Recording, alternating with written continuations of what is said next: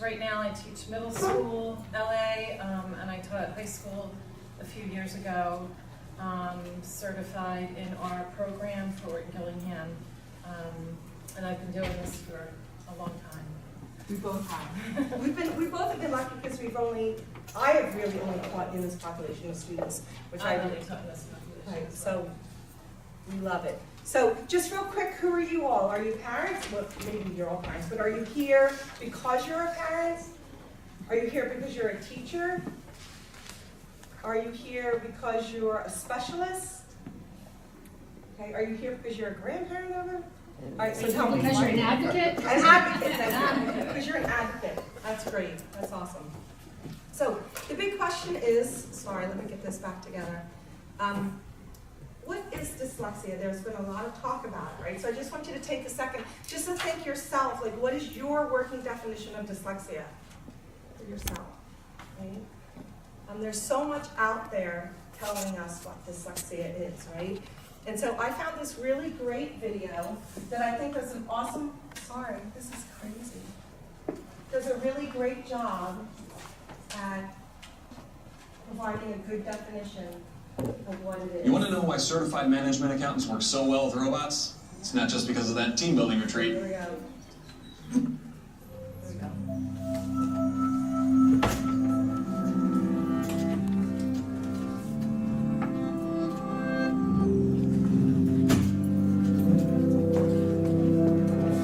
Take a moment to read the following.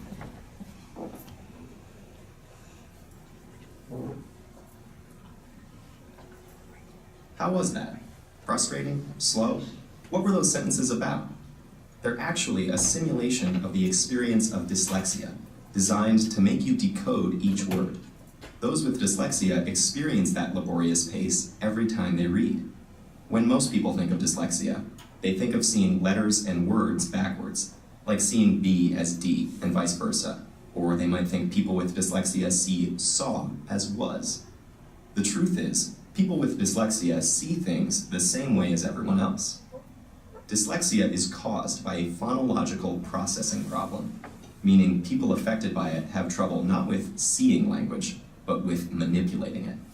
For example, if you heard the word cat and then someone asked you, remove the C, what word would you have left? At. This can be difficult for those with dyslexia.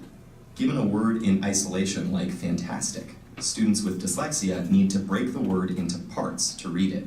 Fan-tas-tic. Time spent decoding makes it hard to keep up with peers and gain sufficient comprehension.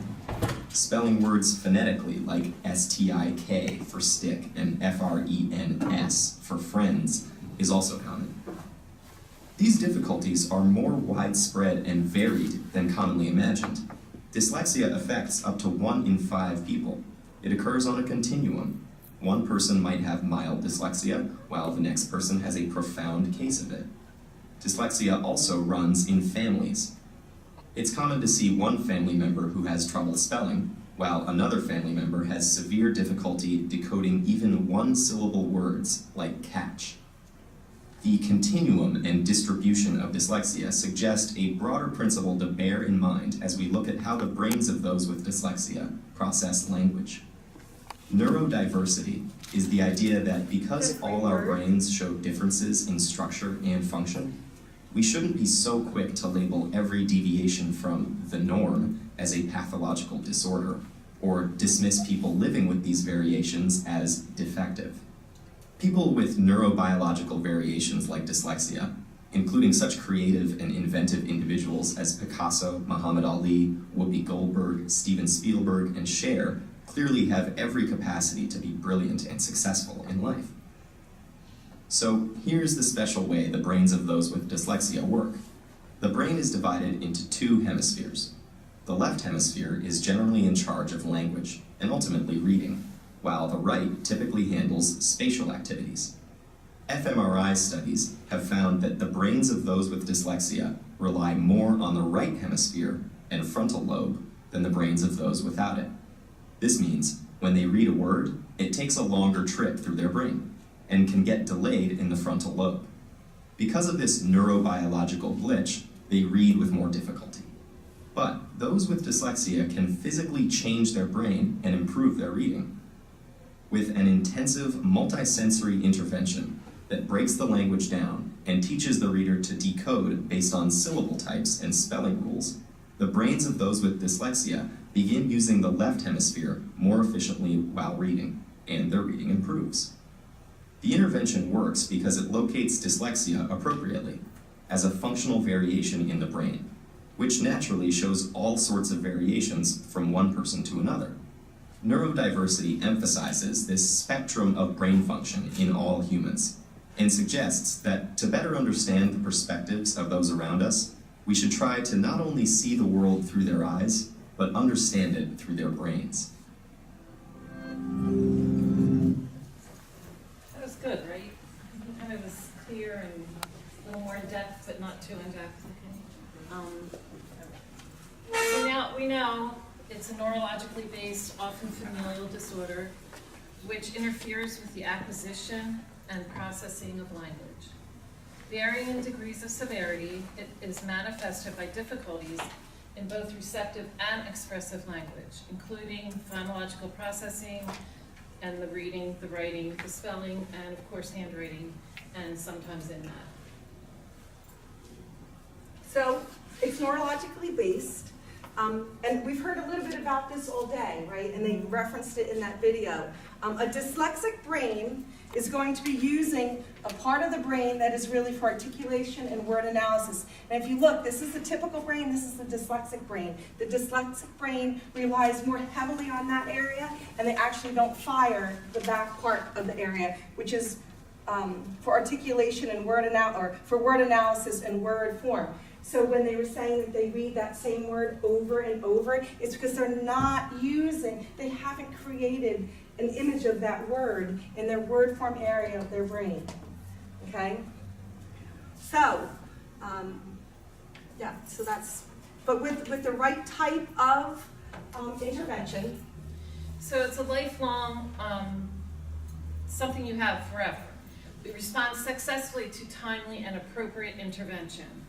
And of course, we all been talking about this today, we're in Gillingham, because it hits all of the modalities for different learners.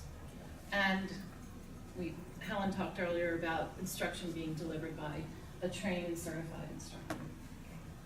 So why is Orton Gillingham the approach that's chosen? There are actually fMRI studies that show that a child who receives this type of intervention actually starts to fire different parts of their brain. That has been proven. And so it actually changes the brain. My son right now is working in a lab down in Georgetown with Guinevere Eden, and they're doing fMRI studies of students before interventions and after intervention.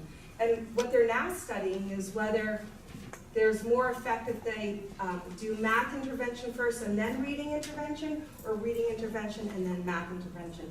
And so my son was actually involved with like measuring the changes in the brain, which I just thought it's just really very, very exciting that they can actually show that it's actually going to start rewiring their brain. So, dyslexia is not the result of, good, I keep taking your slides, I'm sorry. Click for me. Lack of motivation or sensory impairment, inadequate instruction or environmental opportunities. It's not the cause. It's not the result of. Excuse me. Yeah, sometimes it can look like that. Right. It can look like maybe the teacher. Or related to IQ at all.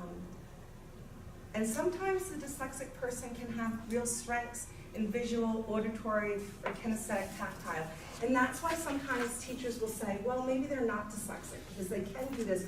Or if they have a really good visual memory, they're the kids that can read up until 4th or 5th grade, and then all of a sudden, they really can't do it anymore because they're reading content area text and they can't memorize. And so that's, these children are usually really bright. And so they find ways to not be noticed. And then sometimes they can have strengths, mathematical strengths, problem-solving strengths, thinking outside the box. I love working with dyslexic students because if you provide a safe place for them to really expose themselves or show themselves, their minds are brilliant. I mean, it's really fun. And I have a student this year who is extremely dyslexic and reads on a really low level.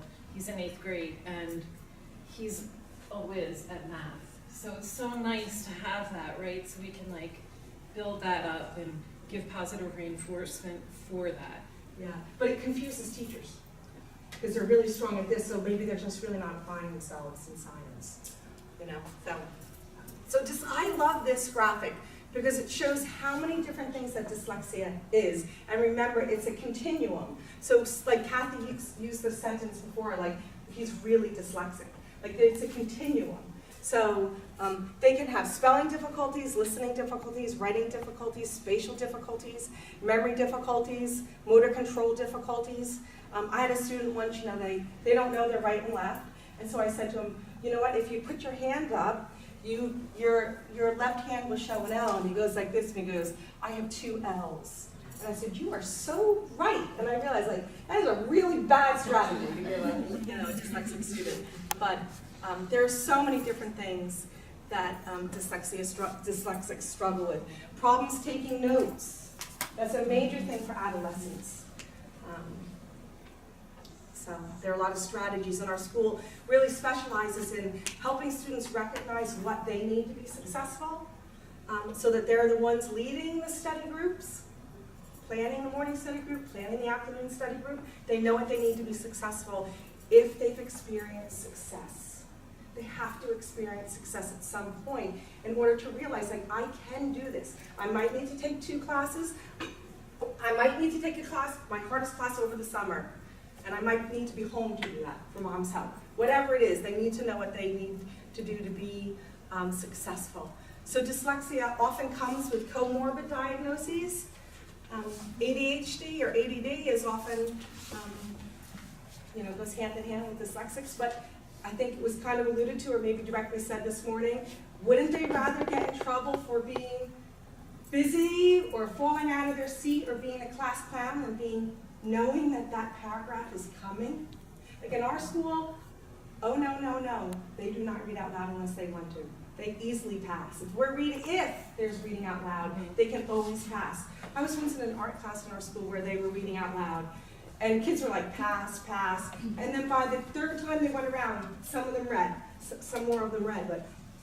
Or they might even say, Kathy, can I, because it's a Quaker school, so the first name, can I read the 3rd paragraph, like before it starts? Of course, maybe it's the short one, maybe it's whatever. And everything we have is on, you can get audio for everything that we have. So I have a quick video about ADHD. And,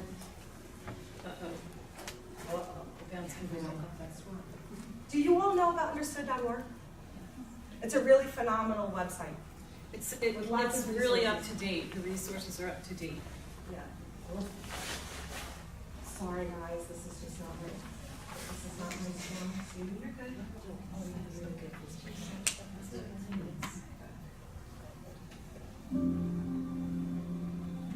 Sorry. It's coming, guys. ADHD and dyslexia, we know that there's a high overlap.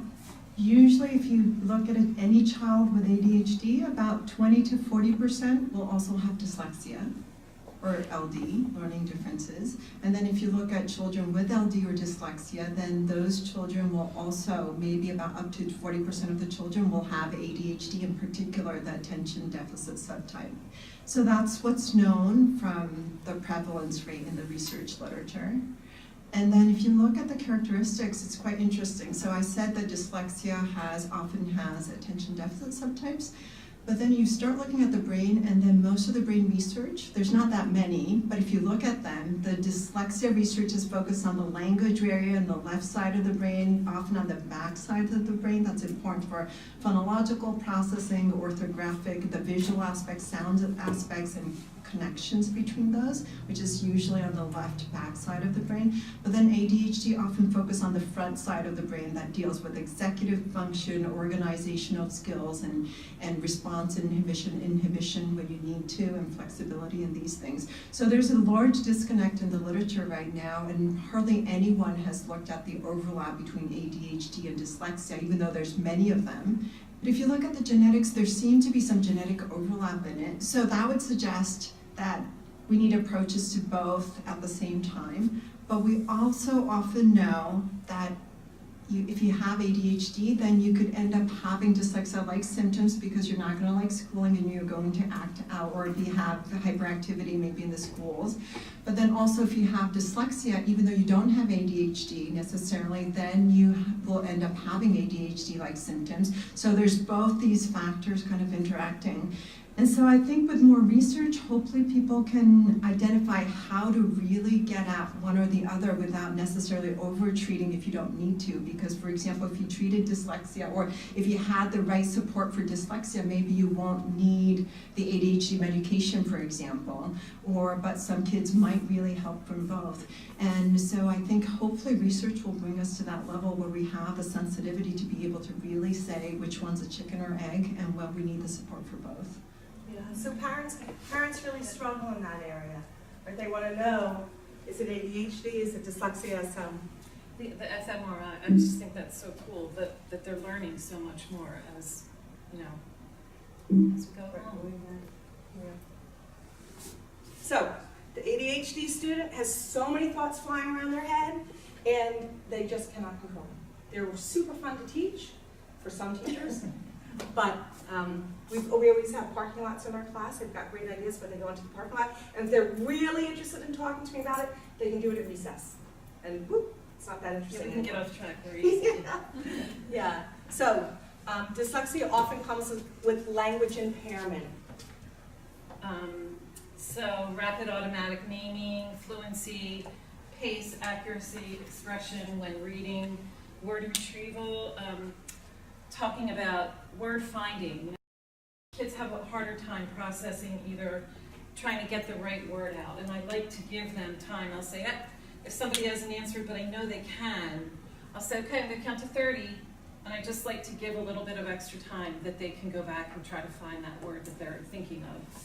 And then phonemic awareness, the sound, discrimination and manipulation is something that they all need. And then the language skills of expressive and receptive language. I try to do like some quick little drills, to help both of those before class starts. Just it's quick, Word retrieval, I think, is an area where a lot of our students struggle, that they don't get a lot of support or teacher understanding. It affects their ability to write. It affects their ability to come up with words, to talk. It affects social interactions because they can't get it out fast enough. I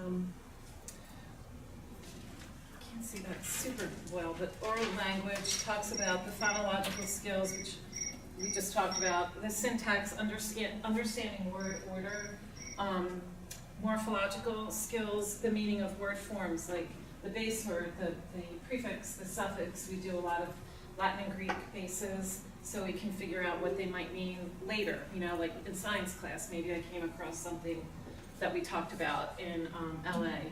Pragmatics, the understanding of social rules of communication. So many times the kids don't understand why somebody got mad at them, or they're crying, what did I say? That has to do with that. And then semantics and vocabulary, just understanding what words mean. Some kids don't know, like I'll say, you're not allowed to say that. Why? And I'll tell them after school, like what that means, but everybody laughs, so they think it's cool, but they really didn't know what they were saying. That happens a lot. So they also often struggle with slow processing speed. I think this is one of the hardest things to help a student with. Difficulty making decisions, and that's where I think they need direct instruction or direct guidance to help them do that. Getting important information into their working memory. What do I need to hold on to? Difficulty keeping up with conversations. and like I was just saying, peer relations, increased anxiety, and then picking up on social cues. I know our counselor, like, that's issues that she tries to deal with, right? Because anxiety presents itself in so many ways. It's not just being nervous, right? And then difficulty keeping up with the pace of instruction. That's really important too, to do those check-ins all the time. But the students who are slow processing, like, they don't like to have everybody looking at them while we're waiting, right, to get the answer. That's like embarrassing, and that doesn't help for anxiety. And then making connections between ideas. Oh, flexible thinking, sorry, organization, planning. So that's a lot of like EF skills, right? Like, what do I have to do first? What should it look like at the end? How do I plan this out? And that takes direct instruction as well to teach that. Sometimes we have kids that are incredibly bright, incredibly capable, and they have slow processing speed, and it's so stressful for them in the classroom. Because, you know, language is presented pretty quickly, and they're just on A. And they're expected to be right up. And it has to do with just the gears, how quickly they're able to use those gears. They can use them. I also like to think of the hourglass, right? You know, a lot of, the teacher is, like right now I'm talking very fast. If I were teaching a student with slow processing speed, I would give some space. Other kids don't know what I'm doing, but I'm giving them time to catch up with my verbal. And you know, when I teach teachers, that's what I'm telling them. You have to be aware of how quickly you speak. Because they cannot, it will go into the funnel, but it'll fall out. So they're still back on A, or they're still back on that first direction, but they're not able to process it as fast. Which is why it's so important to have, we'll get to that, but like the visual, the auditory, the kinesthetic, just so Yeah, maybe he didn't get it the way he heard it first, right? Right. And then they have difficulty with long-term, short-term, or working memory. So working memory, you know the difficulty with short-term and long-term memory, right? But working memory, I like to think of it as like the countertop space, like if you're cooking or whatever, you have to bring everything onto that space. If they have limited space, they can't bring as much stuff into that or keep it there. And so working memory, you use it like quickly. It's just temporary storage of things. It enables you to manipulate things and enables you to focus attention. So working memory, the way you support working memory is giving, they get copies of something. If we're teaching, we always pre-review what they need to know. We bring it up to their countertop space. We put it on the board. We give them a piece of paper. We refer to something in their binder that they have to get out and they have to refer. So we're bringing it onto their countertop, but we give it to them. Even like the times table, the multiplication table, that would be not having to go back and retrieve that, right? So it's right in front of them. They can use that to help manipulate that. Right, like if the task is the multiplication tables, we're not going to give it to them. But if the task is solving a problem that involves multiplication table, just give them the multiplication table. So working memory is something out that they often struggle with. Executive function. We can have a week-long class on executive function, guys. So executive function, this is what we're asking the students to do. We're asking them to stop, think, plan, and do. Simple, right? Stop what you're doing. We need to think, you need to plan, and you need to do. But this is what we're battling. That's what's going on inside of them. Right? They've got a lot going on. So that's often something that they really struggle with. And there are a lot of strategies. I think, unfortunately, a lot of EF support is always around binders and papers and things like that. But EF is in writing. EF is in everything they do. Anything that they have to stop, think, plan, and do is counting on EF skills. And that's what we try sometimes to model what the end product is. Yeah. So like almost starting backwards, right? Okay, this is where we're headed. This is what the finished product's going to look like, and then talk about what we need to do to get there. Right. So we've got like a get ready, do, done. We actually start with the done. Like this is what your paper's going to look like at the end. And what do we have to do to get there? We naturally do that. Like if I have a project, I kind of have a picture of what it's gonna look like and I step back on it. Some of them have like no clue. You know, one student had this big science project due. And it was like due on Friday, and Tuesday he hadn't started it. And he was like, it's due Friday. And I'm like, he does not have any idea what this done project looks like. He has no clue. He's just gonna do it Thursday night. And then there's dyscalculia, which affects a lot of students. And again, dyscalculia starts, it's their ability to understand numbers, measurement, spatial.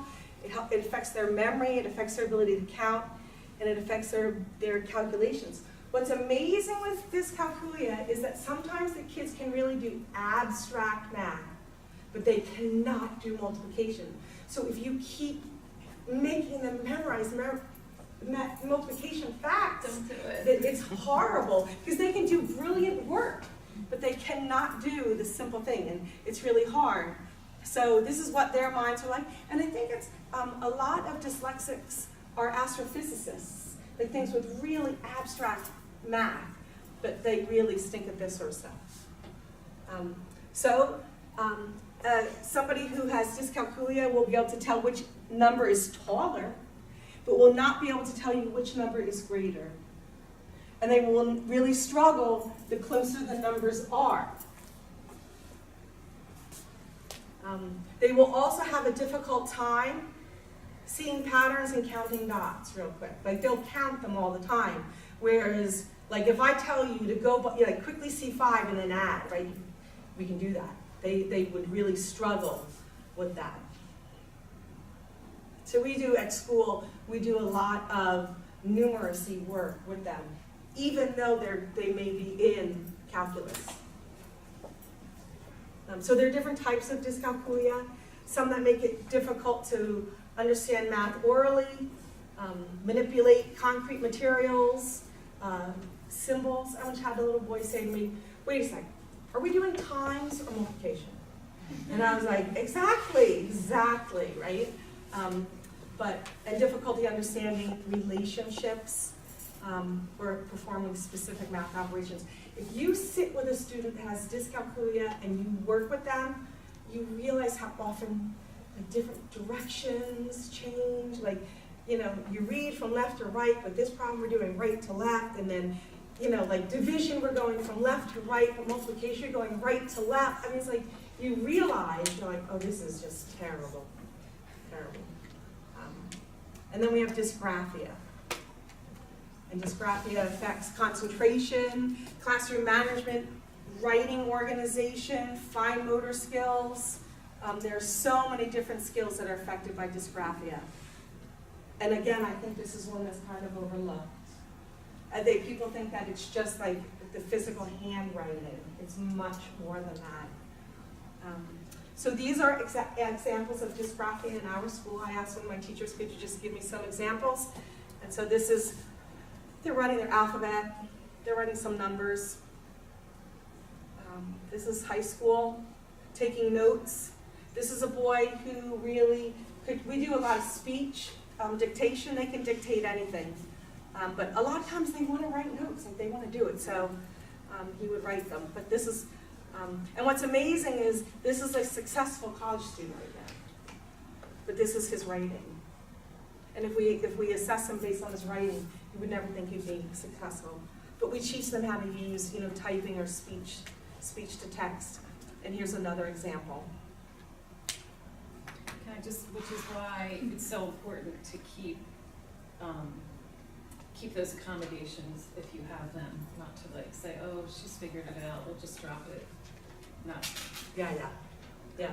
This is one of my favorite ones. I just love this. And I know this was like the SAT test or whatever, but She's brilliant, by the way. she's this girl. a sophomore at Penn State, working in animal husbandry, I think. I was like, when I first saw this, I was like, was she messing with them? And then I realized no. And so I believe that this is actually dyscalculia coming out. Is it common for kids with dysgraphia to do the capital and lowercase?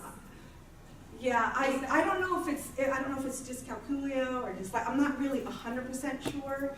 But I just think that I do, because I don't think that they actually see the difference. Now, this girl's name is Adriana. I worked with her for 1.5 years, and she would always, mix up her B's and D's, of course. And so one year I decided I was not going to have any conversation about it, and I was just going to always elongate the D for her, right? I would just always emphasize the D. And one day she came into me and she said, I think I finally figured it out. She's like, when you learn to write your name when you're in kindergarten? She goes, I just realized I have a D in my name. And I was like, wow. She processes language really different. She's been writing her name and never really realized she had a D. And then she said to me, but now I'm really scared I'm going to start writing it with a B. So she actually she really wanted to work on her spelling with me, and so she actually assigned colors to vowels, because she's very sensitive to color. So she would write words with all different colors, and she would do it really fast. But A was always one color. Mm-hmm. So that would help her. But my name is Helen, and she always spelled it H-E-L-L-E-N. So I told her, it's not hell, and we talked about it, and she was really embarrassed, but she still spells my name H-E-L-L-E-N. And she's brilliant. She's a brilliant person. She can't do it. So, we talked about dyslexia is neurologically based, that there are a lot of comorbid diagnoses with it. They really struggle. And I love this cartoon. We're going to end with this cartoon because I think it's really important. Right? Because I think that, how do you know I have a learning disability? Maybe you have a teaching disability. And I would have to say that, unfortunately, a lot of our students truly have teachers that do have a teaching disability. It's not the teacher's fault, and I'm going to say this, I think it's the college's fault. I'm standing on a college campus. But they're not teaching the teachers how to teach reading. Some of them are, some of them aren't. But the public schools, I think, they do their best. They bring Wilson and they do whatever they can, but it would be really wonderful if college campuses taught teachers how to teach reading. Please, at least in elementary. Let's teach the teachers how to teach it. So that they're not hurting the kids that struggle the most. We have kids that come to our school, it's so sad. They are so battered.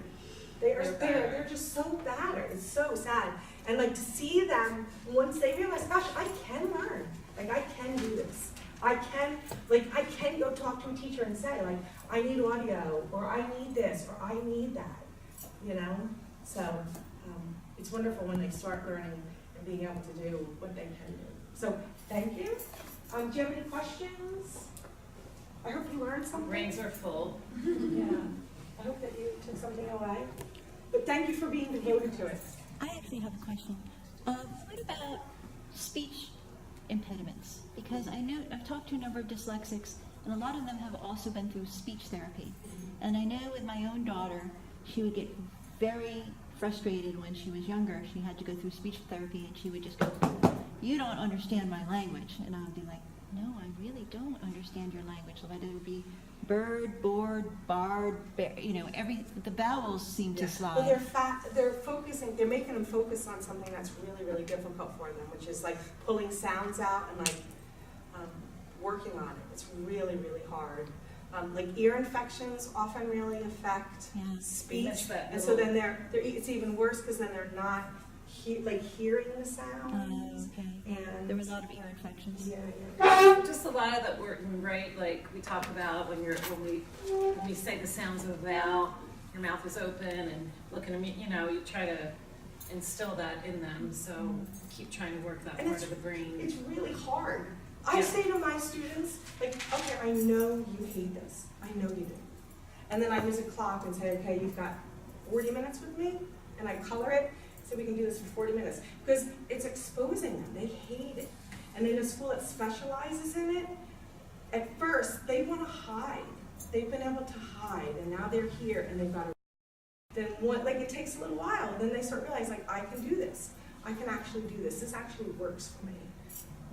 And if it doesn't work, that's when I start getting involved, and I start working a little more with it. It's hard work. That's why they're tired at the end of the day. They've put that energy that they have to use throughout the day. Yeah. Do you have suggestions for a screener for dysgraphia?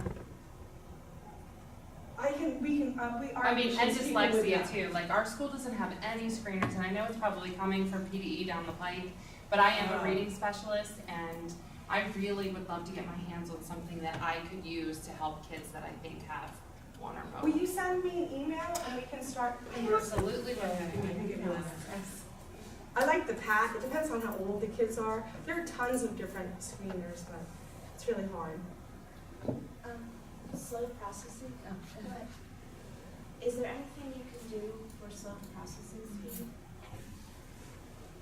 You mean to make it faster? I don't know. I don't know that. It's really hard. I think it's one of the hardest things for kids to deal with, especially when they're really bright. It's so hard. They could be brilliant, but they just need time. I had a girl in my class the other day, in my room the other day, and she's like, I just wish they would go slower.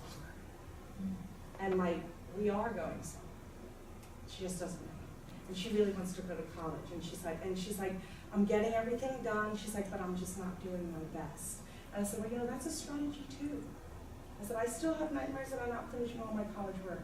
And I said, but maybe you'll need to take 2 classes. Like, they need to like face it. They need to see like, this is junior year, it's harder, it's faster, you're feeling overwhelmed, but that's okay. Like, you're gonna feel that way. What are you gonna do about it? Are you gonna drop a class? You know, her mom said to her, she was upset because her mom said, well, maybe you shouldn't go to college.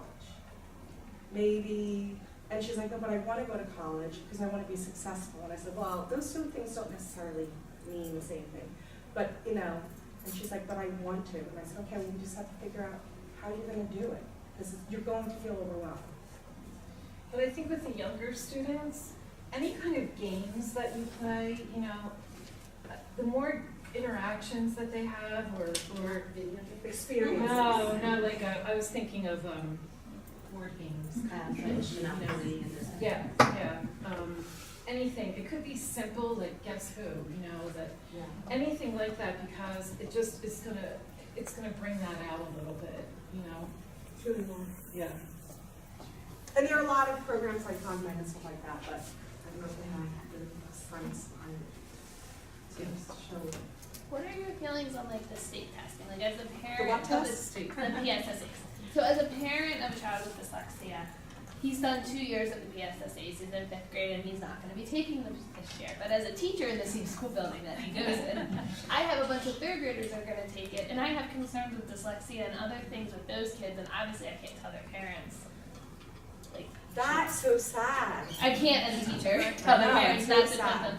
But do you guys, how the accommodations for PSSAs aren't we can't really accommodate in any of the ways that are appropriate for dyslexia. So You don't give it. you don't get it. And honestly, when we And do you recommend parents take their kids out? If your child has dyslexia, would your recommendation be they not take Yes, it? I think it's Okay. damaging. I think it's damaging. Because It's people will say to me, damaging. well, he's not going to be prepared to take the PSSA, so he's not going to be prepared to take tests down the road if you, Even that test they were talking about, the Nelson Denny, that we used to give in our school, I mean, not all the teachers did this, but I made enough copies for the students that they could write on them, and then I would take them and fill in the Scantron, because to me, So that's they like would a just whole circle- other They would circle skill, their right? answers, You and have we to would take put that on the answer, answer. hold it in your head that it's B, go to number 23 and circle the B in. And not be distracted at So, what's really in your mind. I would do it for them. So that's how much, we If your student is identified, then you can do things like that. And you not can do read on, but on aloud. the PSSAs, like he's had all of those because I teach it. He has had all of those. I yelled that he had to have a super small group. But the stuff he really needs is he needs reading. the reading read aloud to Yeah, him. right. He needs support that the PSSAs won't allow. Like what the support the PSSAs allow is kind of laughable So because it's what not real benefit does the support. PSSA have to the child? Nothing. Yeah. And so our school is. I was just is- It's That's demoralizing. how I feel because I've seen all the scores of the school and I know he's been one of the bottom learners and I know I'm my surprised they child's don't very say, smart. sure, don't give it to I them. don't think they're upset that I'm exiting him. My daughter got a keyboard for 5th grade PSSAs, and it helped. Yeah, we're next, yeah.